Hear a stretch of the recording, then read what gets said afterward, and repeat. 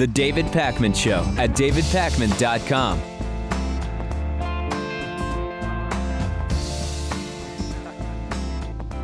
In a very important ruling today, the Supreme Court has said that employers cannot be forced to cover contraception through the health insurance for their employees. The court has upheld religious objections as a valid reason to opt out of the new health care law requirement as part of the Affordable Care Act that would cover contraceptives for women. The justices made a 5-4 decision on earlier today.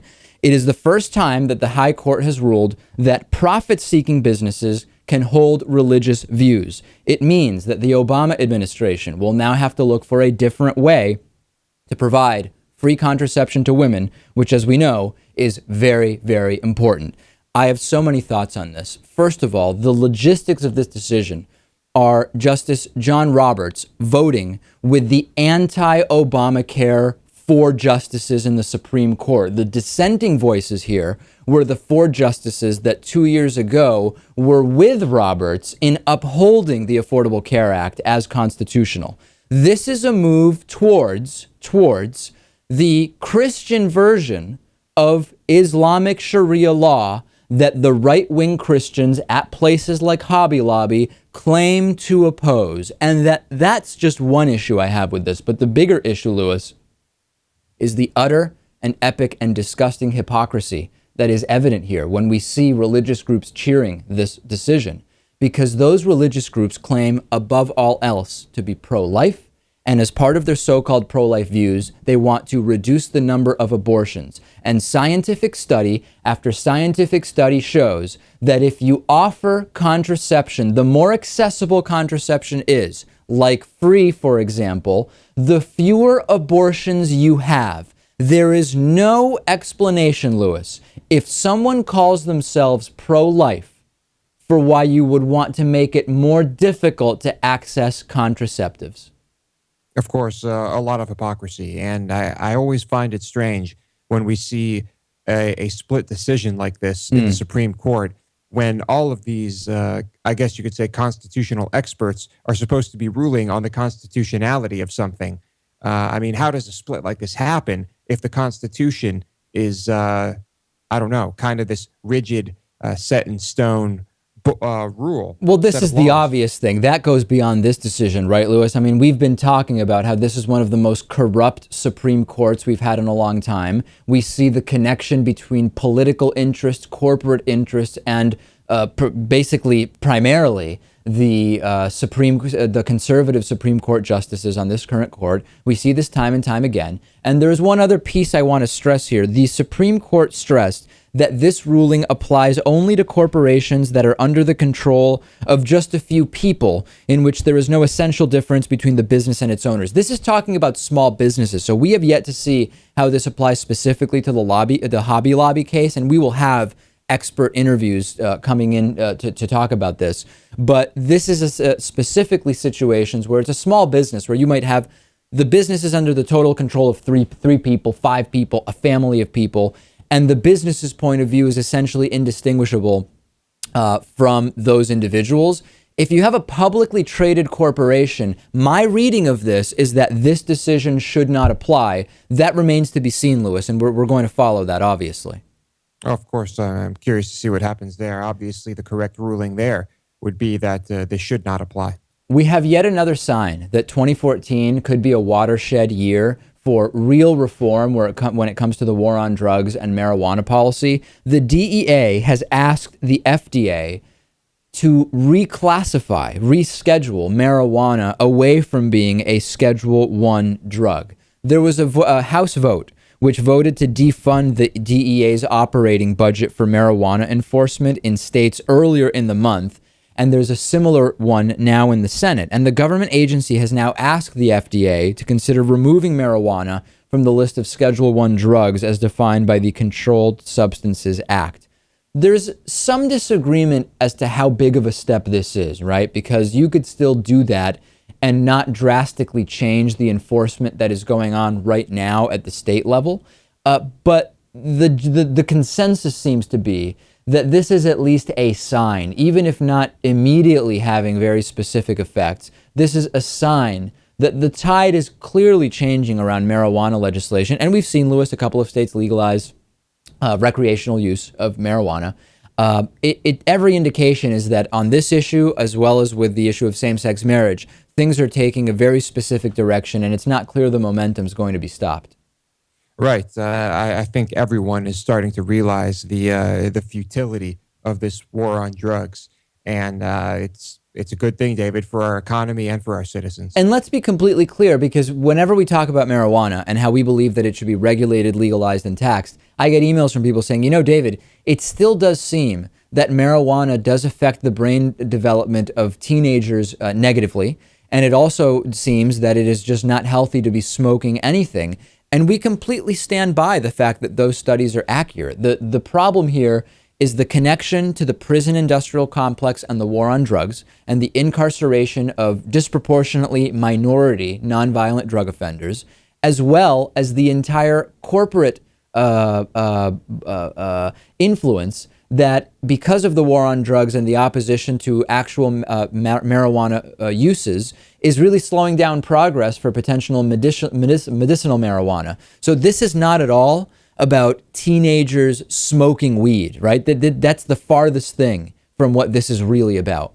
Oh, of course. If you reduce it to that, to just teenagers smoking joints, then you're missing the bigger picture, of course.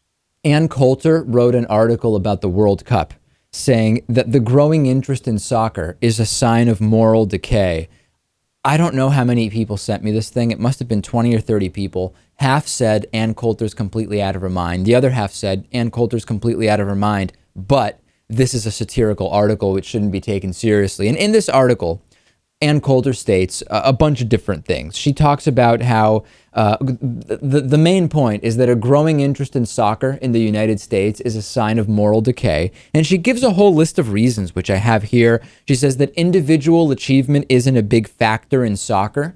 She says that's a bad thing. She says that liberal moms like soccer because it's a sport in which athletic talent finds so little expression that girls can play with boys, and she says no serious sports are co-ed. She says that no other sport ends in as many scoreless ties, which I guess she says is really, really bad. She says you can't use your hands in soccer, and that hands are one of the primary things that differentiate humans from other species, and that why would we create a sport where you don't use your hands? It also is foreign. She doesn't like that. She doesn't like the fact that so many Americans are watching soccer and it's connected to the demographic shift, which I guess means Mexicans. I think that's, whenever we talk about soccer and demographics, if American conservatives are talking about soccer demographics, I assume it's a comment about Hispanic people. To be honest, I don't know if this is a satirical article from Ann Coulter or not, but for most of the reasons she cites, let's assume that this is a serious article. She's actually citing really good reasons for why it would be good for more Americans to be following soccer. It is true that there might be a 0-0 game, and to really enjoy that, the box score is not the exciting thing. The 90 minutes of soccer might actually be the exciting thing. Ann Coulter is making a really good case for why more Americans should watch soccer. Now, I've never known Ann Coulter to do satire. Would you agree with me on that? She does sometimes do articles that are, I guess, satirical. Sometimes what happens, maybe. Sometimes tongue-in-cheek, yeah. Sometimes what happens is she writes something so offensive that she says, obviously it was a joke. Like I think when she talked about, didn't she say that fag John Edwards once or something like that?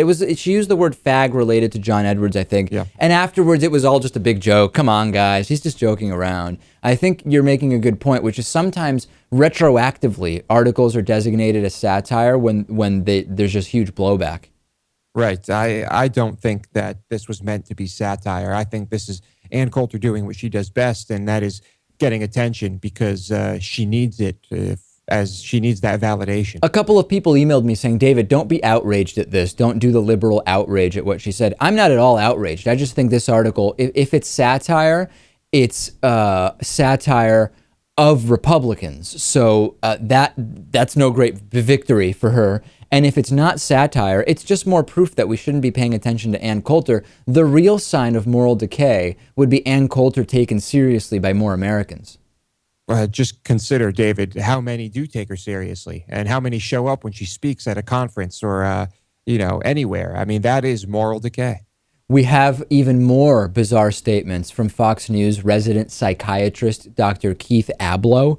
He is now taking this point of view that everything is a distraction. That's something that's going on the American right, which is anything that the president is doing is a distraction from something he would rather you not be paying attention to. So, for example, the IRS scandal for a while was a distraction from Benghazi, for example. For a while, it was that the Bo Bergdahl release was meant to take attention away from the border crisis and Benghazi, for example, or the IRS scandal. You've recognized this routine, right? Everything is a distraction, carefully crafted. Yeah, of course. Even things that in no way or form could have been, crafted at all or manipulated by the president. And so now Dr. Keith Abloh is applying this to the World Cup. And this is the same Dr. Keith Abloh who said without any evidence that Joe Biden may have been suffering from dementia, as evidence from the fact that he was laughing as Paul Ryan lied during the vice presidential debate. He also said that mobile phones and data rage are responsible for shootings, not guns themselves. He now is saying that it's possible, Lewis, that the entire World Cup is just something to take attention away from other stuff that the Obama administration doesn't want you to pay attention to. Of course, there are many logical problems with this theory. First, let's see what Keith Abloh had to say on Fox News. All the cast of women in short skirts around him that's usually used to parrot right-wing talking points can't even take this. They all say, "What are you talking about, Dr. Abloh?" Fun. I'm suspect. I'm suspect because here's the thing. Why, at a time when there's so many national issues and international issues of such prominence, I'm a little suspicious of yet another bread and circus routine. Let's roll out the marijuana, pull back the laws, and get people even more crazy about yet another entertainment event. I think this is a way to distract people. This is like Rome. Worldview, right? This is like Rome. I can see why Obama would love the World Cup. What are you talking about? This is encouraging for kids to get out and play sports, and you can play soccer from a young age. Go that's play what's so if you good want. about it. I think that's fine, but I think it's interesting that at a time when there's so much to pay attention to of such great import, people are playing games. Harris, how about you? Are you into the World Cup? Well, I have to disagree with the doctor. Much. They set these schedules years ago. It's not like they lined it up with what's going on in the current events of the world. So no way is that the case. It's a social cultural phenomenon. But yeah, I think it's like First of all, Dr. Keith Abloh's use of the word suspect is suspect. For him to say that he is suspect is a very, very weird use of language. I'm going to ignore that for now, Lewis, because there are such big things to talk about here. Who on earth watches this show Outnumbered? And if you watch it, and if you think this is a good hypothesis from Keith Abloh, please email me. How is the World Cup in Brazil, which was planned, is it 6 or 8 or 10 years in advance that the locations are determined, how is this connected with marijuana decriminalization in the United States by the Obama administration? And does he realize that these things are planned so far in advance that not only is it ridiculous to think that you could have the foresight to time when President Obama would need a distraction, but does he really think that FIFA and all of the world's nations would agree to hold a World Cup simply to help President Obama? David, I think you're missing something here. You see, the World Cup is every 4 years, and how long is a presidential term? Oh, wait a second. I didn't think about that. Now you're actually making sense, Lewis. Presidents have 4-year terms. World Cups are every 4 years. Dr. Keith Abloh may be onto something here. I won't deny that perhaps there have been one or multiple presidents who have liked the fact that the World Cup was coming up and that people are paying attention to it. But yes, Keith Abloh should not be on any program ever, and he's a complete idiot. Well, we were missing soccer as the one variable that explains all of the conspiracies, because if you actually do Benghazi plus the IRS raised to the Bergdolf power divided by World Cup, that actually equals President Obama conspiracy. We were just missing that last divisor.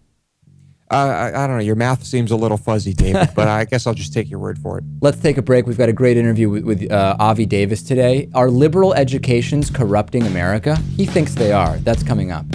The David Pakman Show at davidpakman.com.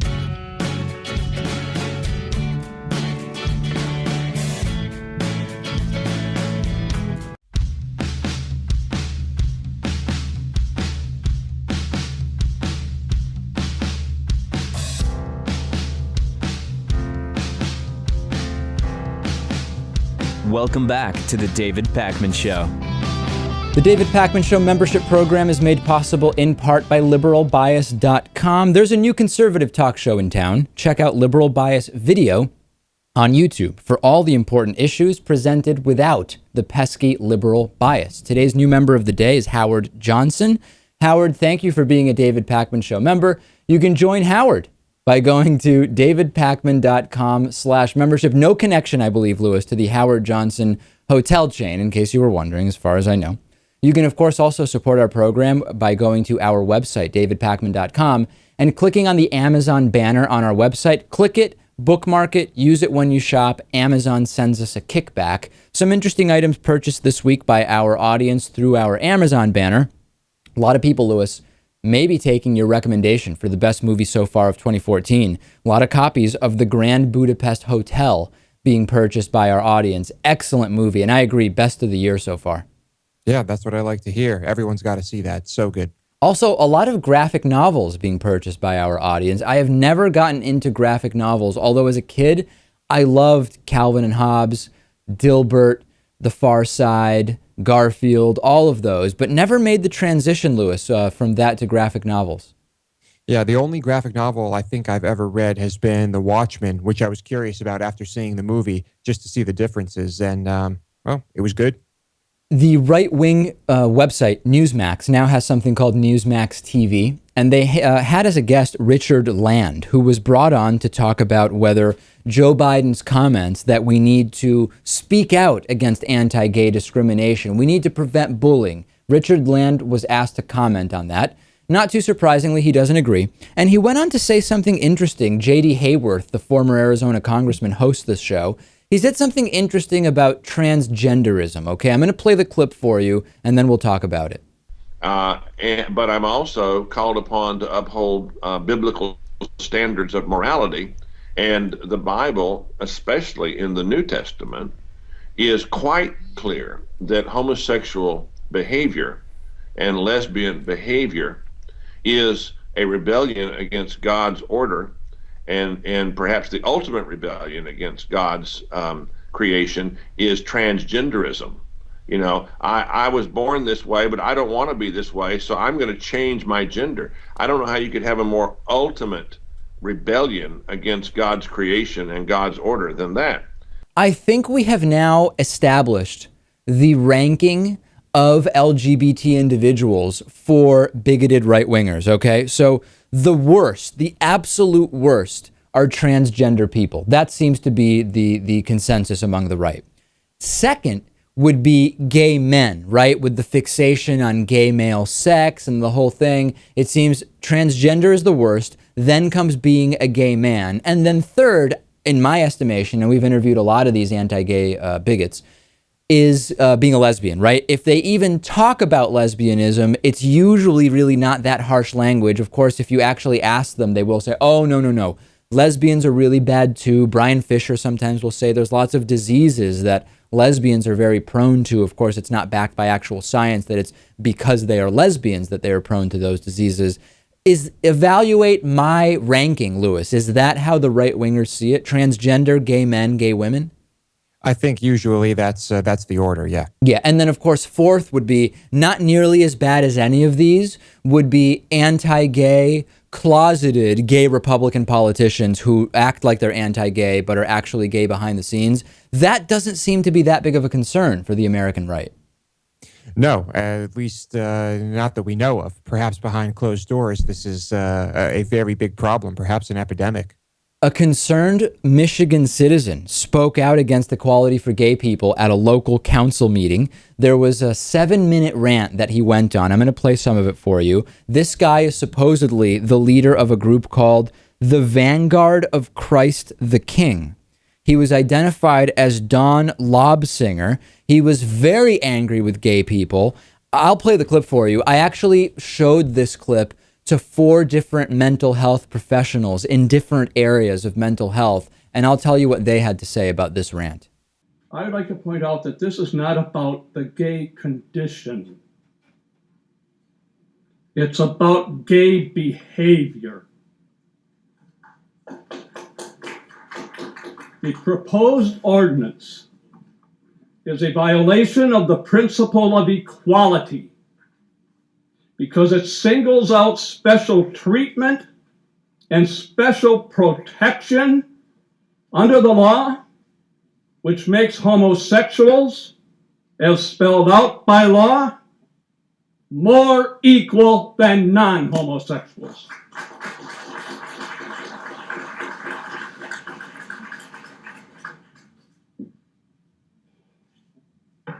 All supporters of this ordinance, and this is very important, all supporters of this ordinance are also in support of same-sex marriage in the name of equality. So typical stuff, right? The problem isn't gay people. The problem is gay behavior. If gay people just didn't ever act on their gay impulses, everything would be fine. He also goes on to talk about not putting the gas pump in the radiator at one point, which is apparently some kind of allusion to gay male sex, which is typically what these anti-gay guys are really focused on. So I showed this to several mental health professionals, some in my family, some just other people I know here in the city. Of course, they're not able to actually do a medical evaluation of this guy, so this is just casually looking at it. But they said that the way in which he was speaking, his facial expressions, his motion, and the rocking motion that he would do when he seemed to get visibly agitated at gay people, it is indicative of possible mental illness. We certainly can't rule that out. Also, this is an elderly man. We can't rule out any kind of condition, anything that could be going on cognitively. And the reason I bring this up is I don't really want to believe that this guy is really so mean-spirited that he would write a 7-minute rant about gay people and how bad and evil they are and take the time out of his life to go to the city council meeting and deliver it. I would rather believe that this is just someone who is unbalanced to some extent. That, to me, is a much less offensive explanation than thinking there are actually people who were this angry about the fact that gay people exist and they're actually getting the rights they're entitled to. Well, I mean, that imbalance leads to what you're talking about. So, I mean, you can't, I don't think you can separate the two. Maybe you can.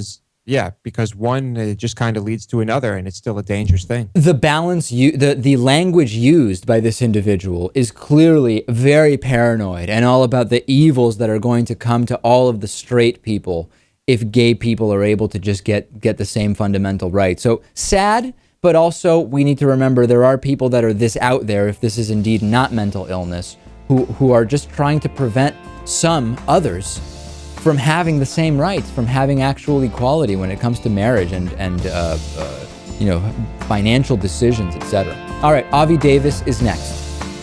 The David Pakman Show at davidpakman.com.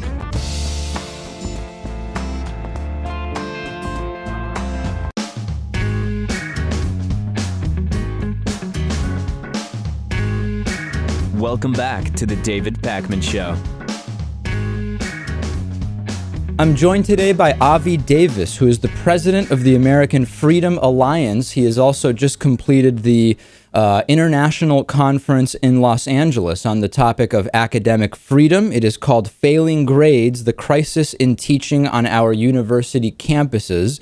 Avi, I'm very, very interested in talking about education with you, and you make the claim that the liberal agenda here in the United States has had a corrupting effect on the quality of education. Let's start there. On what do you base that claim?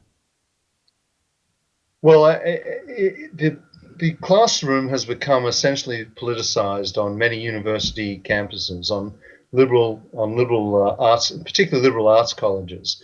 At our conference, we focused on 2 reports One was prepared by the California Association of Scholars. It was called The Crisis of Competence in Teaching on the UC Campuses.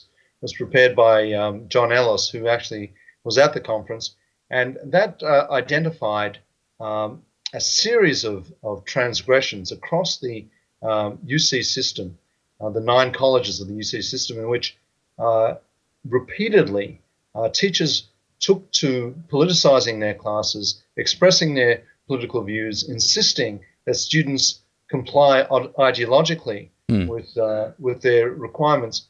And it is a very distressing report, because UC system is one of the largest and wealthiest college systems in the world. We also presented another report on Bowdoin College on the East Coast in Maine. And that college also, while holding itself out to be an extremely tolerant and diverse and intellectually diverse campus, was proved to be something quite different. And the way in which its liberal arts programs, humanities programs, were skewed towards a leftist interpretation of history to the exclusion of any alternative view was also extremely distressing. I think this is such an important topic, and I've been in classes when I was in college where I did feel that the correct answers were ones that I felt to be ideologically biased. So I 100% identify with what you're talking about. The problem I have, and here's where I think we need to distinguish, is the difference between the actual instances you're talking about, where ideology is considered right, and simply for political reasons, what one believes may be considered wrong in the classroom, and times when there are groups that want material taught in science class, for example, that isn't really science. And I'll just be very upfront with you. I researched your organization, and as far as I can tell, your organization is an anti-climate science, anti-evolution organization. So I'm going to give you a chance to respond to all this, but my key question, so the audience can have a good understanding of the context, is, do you believe that if creationism is not taught in science class, for example, is that an example of what you're pointing out as ideological bias? No. Well, first, let me correct you, David. We just certainly take no position that would be balanced against evolution. We're certainly not anti-climate science. I don't know where you got that from, but well, maybe I should say it to put it a different way.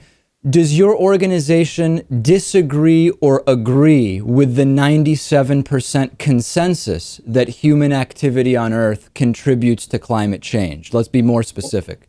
Well, first of all, we don't believe there's a 97% consensus. I think you've just answered it in a way that is going to illuminate to the audience what the position is. So now that we've established that, we can proceed. Well, let me say that we are interested in free debate on all kinds of issues. Okay. We don't believe that we're what you would call agnostic on a lot of these issues. Mm-hmm. Certainly didn't take a position when we presented the Darwin debates on the 150th anniversary of Charles Darwin's publication of Charles Darwin's book on the origins of the species. We didn't take a position. You kind of did, though. See, here's where I think this may be, some might call this a semantic argument, Avi, but I don't, in the sense that it's become very popular for some groups, I'm not saying yours, and for some corporate media outlets to say that merely by presenting a view and requiring that view be presented, it is in the spirit of openness. The problem becomes when it is a view that is not based in science and it is presented as such, that we are actually distorting the debate further. And this happens a lot with climate change. Well, I am very sorry to say this, David, but we wouldn't have presented anything we didn't think was based in science. I'm a scientist myself. I researched this issue thoroughly. I found that the intelligent design, those who propose intelligent design, has actually based their theories as scientific theories. There's no question in my mind that they were. So to be clear, I don't want to misstate you, because I just feel like clarity is so important in these conversations. You, Avi Davis, as a scientist, believe that intelligent design is an equally valid scientific theory, as is evolution, as the explanation for the state of humans today on this planet. I don't think it explains anything about the state of humans. I think that we're all interested in the origins of human life. Where did we come from?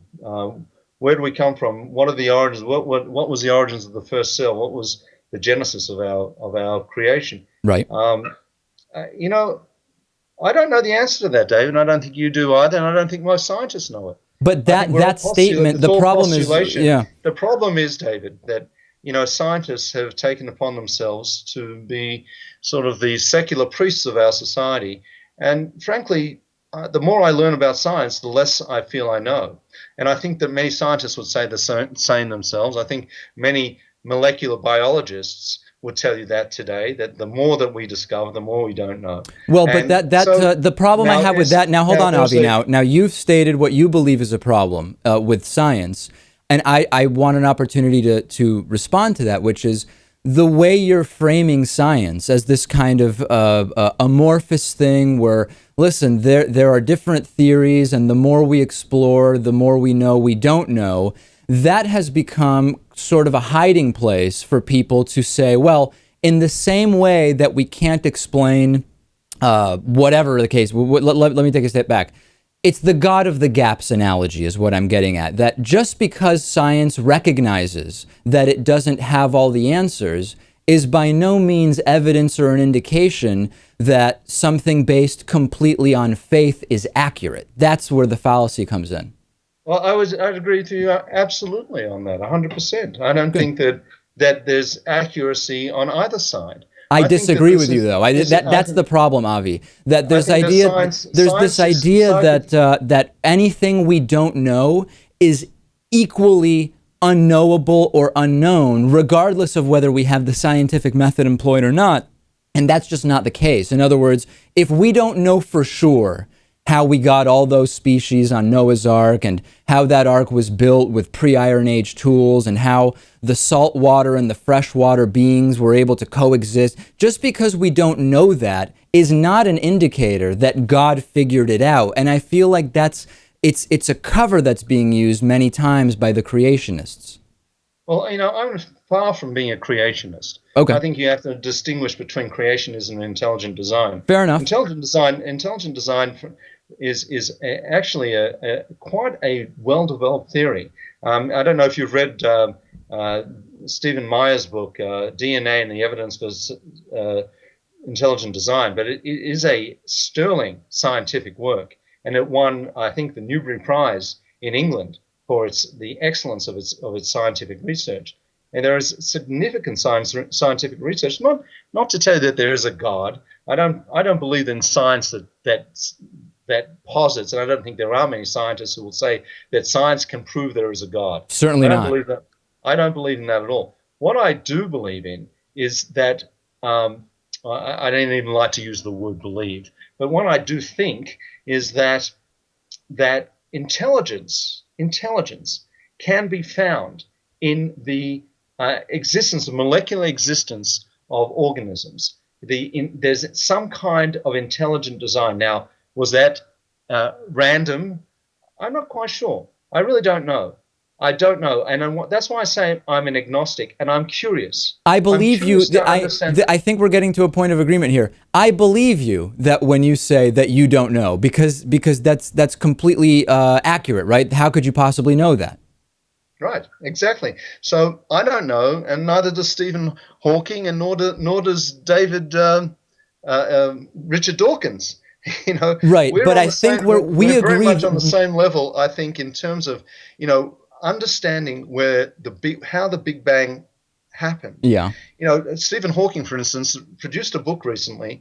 Oh, not recently. I think it was the last 3 years. But it was a book in which he sought to really bring together the several string theories which have been used to establish the existence of the Big Bang. He came up with essentially 11 dimensions, 7 of which can't ever be tested by human beings. Now, how scientific is that? I was appalled by that book because it was a theory. Yes, he can theorize as much as he wants, but if you can't test it, if you can't actually test the theory, then it's hardly a theory at all. Right. Well, It's I think that's the main problem with you. You've just outlined a brilliant critique of creationism, which is that you're absolutely right. None of those things can be tested for, none can be proven. But I want to go back to one thing, Avi. This not knowing. Not all lack of knowledge is equal. And let me, in the spirit of the World Cup going on right now, let me present an analogy to see if it resonates with you. If you talk to someone who has been following soccer, a sports journalist for 20 years, and you talk to someone who doesn't even know what soccer is, you could ask both of them this question. Do you think that the rule by which 2 yellow cards in 2 separate games bans a player from the following game is having a positive or negative effect on the sport? The journalist might say, I don't really know. And the person who's never seen a soccer game would say, I also don't really know. But their lack of knowledge would not be equal. And that's what you're saying when you say, hey, there are things Richard Dawkins doesn't know, and there are things you don't know. And I think it's a distortion of reality.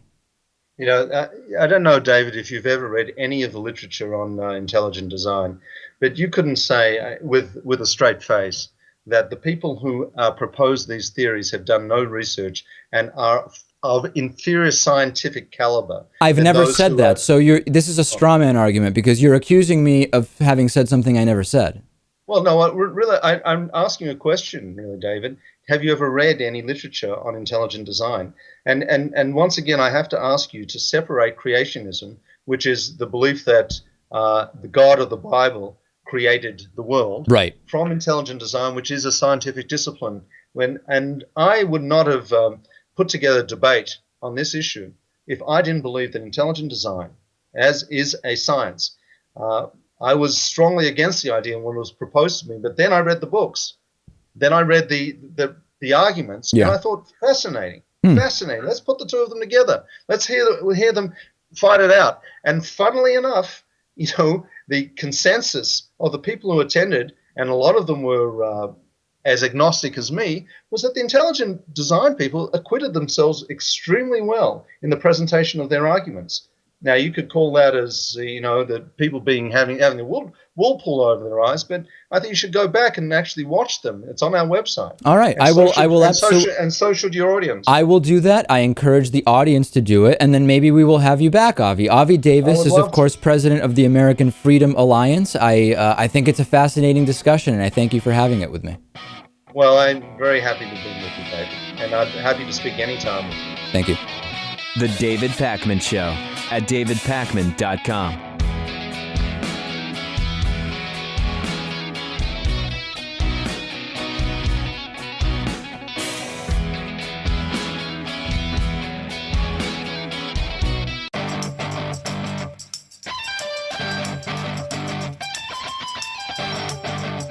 The David Pakman Show at davidpakman.com. Pew Research Center released this huge study which looked at political polarization and different views that individuals hold. We already told you about one part of it last week, right? And that was the part where conservatives are exponentially more likely than liberals to not want someone from a different race marrying into their family. We gave you those results. There's a really interesting other part about poverty. And it shows that 80% of conservatives agree that, quote, poor people have it easy because they get government benefits without doing anything. Also, more than half of all conservatives believe that an individual's poverty is based on lack of effort on their part rather than circumstances beyond their control. And more than 80% of conservatives said that the government aid to the poor does more harm than good by making people dependent on government assistance. This is not just opinion, right? It's very easy to see these results and say, listen, David, people just have different opinions. Some people believe what you just told me from the study, and some people believe the opposite. The problem is that sometimes opinions are based on actual facts, and sometimes they're not. And in this particular case, these individuals have no idea what they're talking about. Economic study after economic study confirm that class mobility is very low in this country, and it is lower all the time. Because of circumstances beyond one's control, one does not control whether they are born into poverty or not, you are less able to get out of poverty. These are empirical realities. People can have different opinions. Only one opinion is actually based on facts. Factually speaking, most poor people don't pull themselves up by the bootstraps because it's not possible. Yes, you can point to celebrities. You can point to some athletes. These are completely anecdotal. These are drops in the bucket. They are not significant for any kind of actual analysis of the situation. We know also that most people in poverty actually work already. So the idea that government assistance makes people lazy so that they don't work is false. If you work a minimum wage job, if you have one child and that's it, right? You can be working full time and still need government assistance desperately to be able to just feed your child that week. Every single aspect of the conservative view on poverty and poor people, according to the Pew study, is not in any way connected to the empirical realities of the world we live in. And it doesn't matter, Lewis, because that's their opinion and they're entitled to it. Indeed, they are. And, in a lot of areas, in a lot of circles, poor, homeless, these are words that just have negative connotations. And there's a lack of empathy. But like you said, there's just also a lack of understanding. It's just unbelievable. And we hear people like Bill O'Reilly saying poor people in this country have everything they need, like TVs and air conditioners and blah, blah, blah, blah, blah. And there's been this incredible insensitivity combined with the overarching umbrella of so-called fiscal conservatism, even though we know that actually it's more fiscally conservative for people just not to be in poverty rather than them to be homeless, to be on the streets with no resources. We know that costs way, way more. This is an insane story. An important topic right now is the connection between religious extremism and Second Amendment fetishists. There are some Second Amendment fetishist gun enthusiasts that are not directly connected with the religious extremist movement, but there are some that are, and I have one story about that that's going to blow your mind. A gun-owning Kentucky mom stepped outside for a second, leaving her 5-year-old son alone with his new birthday present, a brand new, shiny, loaded .22 caliber rifle, and his 2-year-old sister. Unfortunately, the mom was outside just long enough that her son was able to fatally shoot his sister, Carolyn Sparks, with his new present. The police officer who was asked about this said it is not uncommon for kids in this area of Kentucky to give children weapons. He said also that no charges have been filed so far. Why haven't charges been filed? Someone here is responsible. This idea of these no-fault gun accidents where children are involved because there was not proper adult supervision of the gun are absolutely ridiculous. But that's not even the craziest part. The grandmother was asked about this. The grandmother said, "It was God's will. It was her time to go, I guess. I just know she's in heaven right now, and I know she's in good hands with the Lord." Lewis, I don't know what to say. Yeah, this is an example. I guess that quote is an example of religion being used as a crutch for the weak. It's, of course, completely absurd. You're right. There needs to be charges filed. This is negligence. And what happened to personal responsibility, Lewis? Yeah. I thought these gun-toting religious rightists were all about personal responsibility. The mom should be responsible. But no, God wanted one kid to shoot another kid with a gun. That was God's will. That's what God wanted. What kind of a God would do that? Who would want to follow such a God? Right. I guess it's also God's will that thousands of kids die in Africa a day. Because right? Logically, that must be God's will too. Apparently it is. Disgusting. Just a disgusting story. The conflation between the Second Amendment fetishists and the religious nuts. It's disgusting. It's like a different country altogether from many parts of the United States.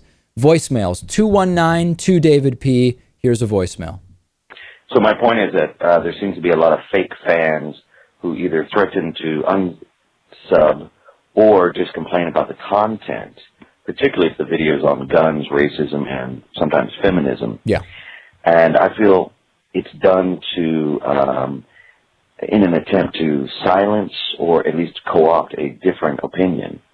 And recently what happened with CNN is kind of a sign of that. CNN caved in over the criteria used to judge what constitutes a school shooting. Yeah, no, I know what you're talking about. We get emails and comments all the time from people saying, I'm going to unsubscribe from your channel or from your podcast or whatever because you said this. Listen, number one, did you not know this was a liberal show, right? I mean, it's always people who just seem shocked that this is a liberal show. The other one is, I've been watching your show for years. I was just about to become a paid member until you said this. And until you change your opinion, I won't become a member. We've learned, Lewis, those people were not going to become members. Those are complete farces. And anyway, we wouldn't want members who have that sort of litmus test where they only support what we're doing if we have a specific opinion on a specific issue. It's nonsense. You'll see it in the comments. You'll see it on our Twitter and Facebook. Don't fall for the nonsense, folks. Today, on the bonus show, we have follow-up about Lewis eating whale meat. It's going to be a huge follow-up. We also will talk about a clever gun PSA and a self-powered pacemaker, davidpakman.com/membership. Don't miss the bonus show. It's really quite a program indeed.